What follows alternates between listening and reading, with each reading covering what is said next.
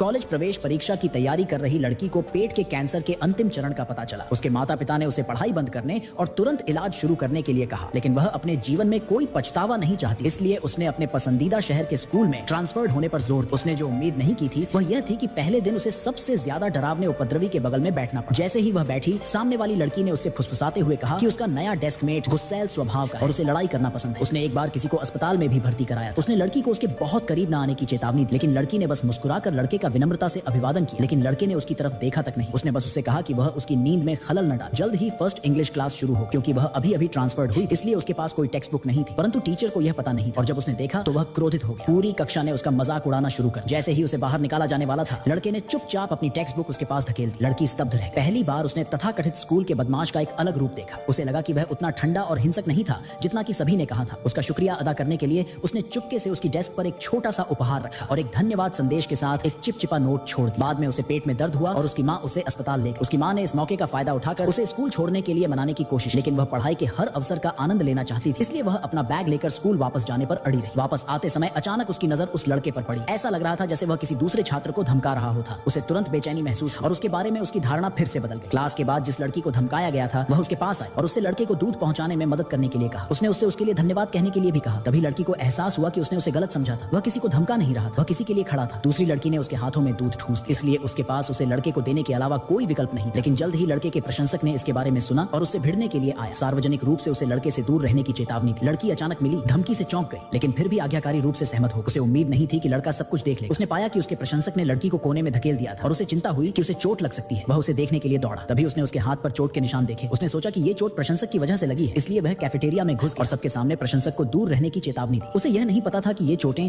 दरअसल लड़की ने खुद अपने पेट दर्द से ध्यान हटाने के लिए बनाई। उस रात लड़की को लड़के के दोस्त से एक संदेश मिला जिसमें कहा गया था कि लड़के ने प्रशंसक के खिलाफ उसके लिए आवाज उठाई। अचानक उसे एहसास हुआ कि हमेशा उदासीन रहने वाला लड़का वास्तव में एक कोमल हृदय वाला। लेकिन अगले दिन प्रशंसक ने फिर से उससे संपर्क और कहा कि वह लड़के को पानी की एक बोतल देना चाहती, लेकिन वह जानता था कि वह इसे सीधे तौर पर स्वीकार नहीं करे, क्योंकि वह लड़की उसकी डेस्कमेट और उसने दावा किया था कि वह उसमें रुचि नहीं रखती। फिर वह उसे दे सकती, इसलिए पानी की बोतल उसके हाथों में जबरदस्ती थमा, इसलिए उसने अनिच्छा से ऐसा किया। उसने बोतल लड़के को थमा दी, लेकिन जब उसे पता चला कि यह प्रशंसक की ओर से है तो उसने तुरंत मना कर दिया और कहा कि अगर यह उसकी ओर से होती तो वह इसे ले लेता। दुर्भाग्य से प्रशंसक ने यह बात उस कोने से सुनी जहां वह छिपी हुई थी। उसका चेहरा गुस्से से पीला पड़ा। उसे लगा कि लड़की ने झूठ बोला है और दिखावा किया है कि वह उसे पसंद नहीं करती। गुस्से में उसने गुंडों के एक समूह को बुलाया और स्कूल के बाद उन्होंने लड़की का रास्ता रोक दिया।